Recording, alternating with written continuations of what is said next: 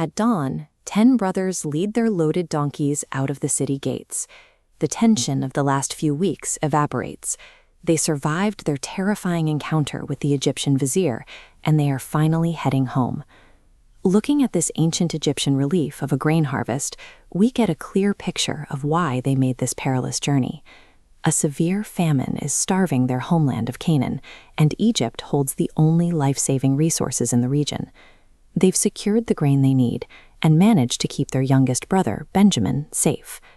But back at the palace, Joseph, the brother they betrayed decades ago, who now serves as the unrecognized vizier, has ordered his steward to secretly slip the brothers' money back into their sacks.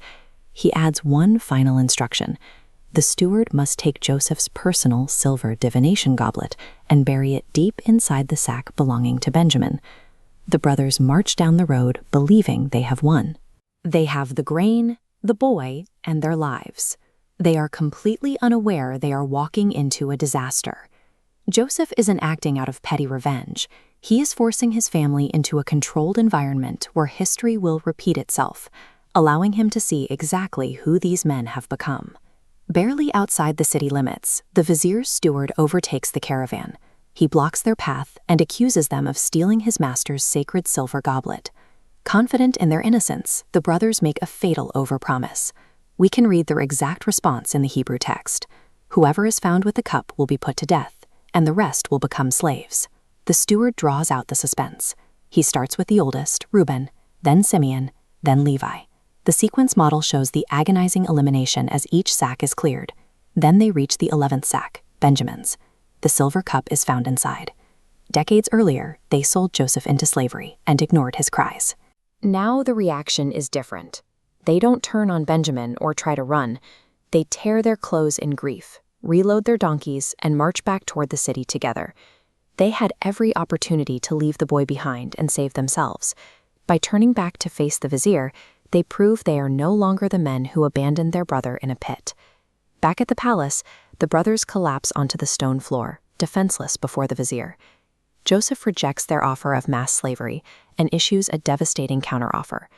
Only the thief, Benjamin, will remain in Egypt as a slave. The rest are free to go home to their families. This model reveals the trap. Joseph has engineered a mirror image of the past. In Genesis 37, the brothers got rid of Rachel's first son and walked away. Now, the vizier offers the exact same deal. Leave Rachel's second son behind and go free. The situation provides the brothers with a perfect exit strategy. Benjamin looks guilty, and the law is on their side if they choose to leave him. They have a legal excuse to abandon their father's favorite son once again. Joseph has placed them in the exact same environment as their original crime. He is waiting to see if they will choose their own safety or their brother's life. Judah stands and approaches the vizier. He doesn't demand a trial or claim he was framed. He accepts total collective accountability for the group. Judah speaks directly to the vizier's humanity. He paints a picture of their father's fragile state, explaining that his life is tied to Benjamin's presence. He makes the consequences clear. Returning to Canaan without the boy is a death sentence for their father. The grief will kill him. This is the same Judah who suggested selling Joseph for 20 pieces of silver.